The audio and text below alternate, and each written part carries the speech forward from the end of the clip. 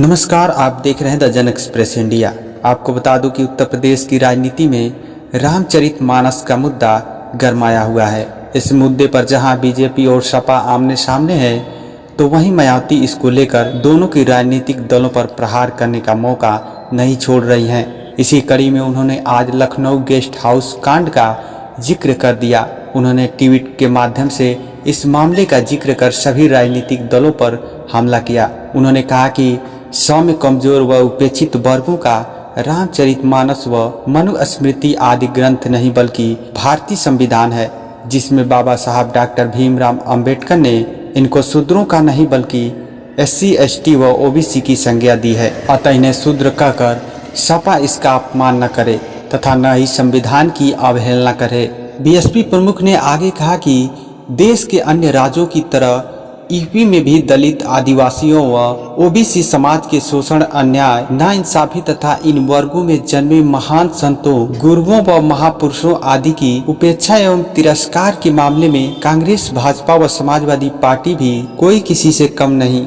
साथ ही Lucknow guest house कांड को याद करते हुए मायावती ने कहा कि सपा प्रमुख द्वारा इसकी वकालत करने से पहले उन्हें लखनऊ स्टेट गेस्ट हाउस के दिनांक 2 जून सन 1995 की घटना को भी याद कर अपने गिरेबान में जरूर झांक कर देखना चाहिए, जब CM बनने जा रही एक दलित की बेटी पर सपा सरकार में जानलेवा हमला कराया गया था। उन्होंने कहा कि वैसे भी यह जग जाहिर है कि देश में SC, ST, OBC, मुस्लिम व अन्य धार्मिक अल्पसंख्यकों की आत्मसम्मान एवं स्वाभिमान की कद्र BSP में ही हमेशा से निहित व सुरक्षित है, जबकि बाकी पार्टियां इनके वोटों के स्वार्थ की खातिर किस्म किस्म की नाटकबाजी ही ज्यादा करती रहती हैं। लखनऊ गेस्ट हाउस कांड में क्या हुआ था, आइए जानते हैं। 2 जून 1995 को बाबरी विध्वंस के बाद 1993 में हुए विधानसभा चुनाव में सपा और बसपा के साथ मिलकर चुनाव लड़ा था। इस चुनाव में किसी भी पार्टी को स्पष्ट बहुमत नहीं मिल पाया था।